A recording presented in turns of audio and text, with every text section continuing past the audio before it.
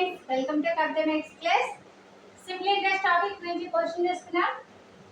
ఒక సంవత్సరానికి అసలు సాధారణ వడ్డీ నిష్పత్తి 40:3 అయితే వడ్డీ రేటు ఎంత అనేసి అంటున్నారు. ఈ ప్రాబ్లం జస్ట్ 1 minute లో సాల్వ్ చేసుకోవడం ఏ విధంగా చూద్దాం. ఇట్లా మనకి క్వశ్చన్ ఏమి ఇచ్చారంటే ఒక సంవత్సరానికి అసలు సాధారణ వడ్డీ నిష్పత్తి ఇచ్చారు, 40:3 ఇచ్చారు.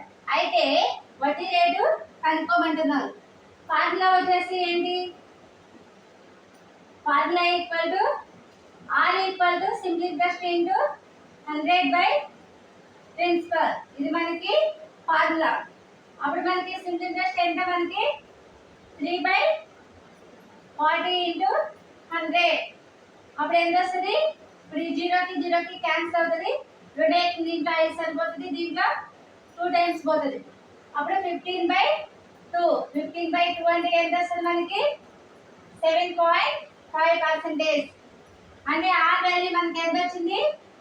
ఆర్ ఈక్వల్ టు వడ్డీ రేట్ వచ్చేసి ఆర్ ఈక్వల్ టు ఎంత మనకి?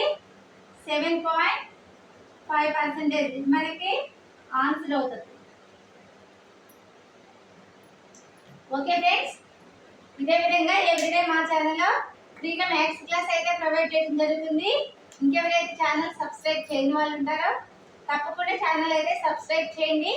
వీడియో నచ్చినట్లయితే లైక్ చేయండి, షేర్ చేయండి, సబ్స్క్రైబ్ చేయండి. Thank you friends.